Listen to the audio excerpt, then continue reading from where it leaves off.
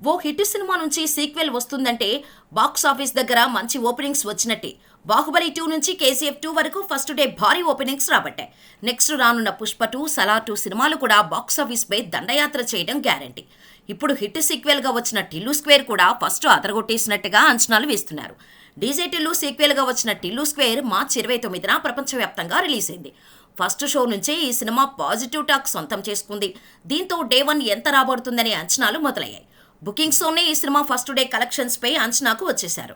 ఒక్క హైదరాబాద్లోనే టిల్లు స్క్వేర్ మూవీకి 1.5 వరకు గ్రాస్ బుకింగ్స్ అయినట్టు ట్రేడ్ వర్గాలు మాట.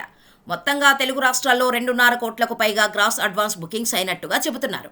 ఇక ఓవర్సీస్ ప్రీమియర్స్తోనే ఆల్మోస్ట్ $500 మార్కును టచ్ చేసినట్టుగా సమాచారం.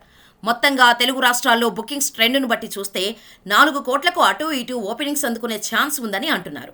నైట్ షోలకి ఐపీఎల్ మ్యాచ్ నుండి పెద్దగా ఇంపాక్ట్ లేకుంటే ఈ లెక్క ఇంకా పెరిగే అవకాశం ఉందంటున్నారు. ఓవరాల్గా ప్రపంచవ్యాప్తంగా టిల్లుగాడు ఫస్ట్ డే కలెక్షన్స్తో గట్టిగానే కొట్టేలా ఉన్నాడు.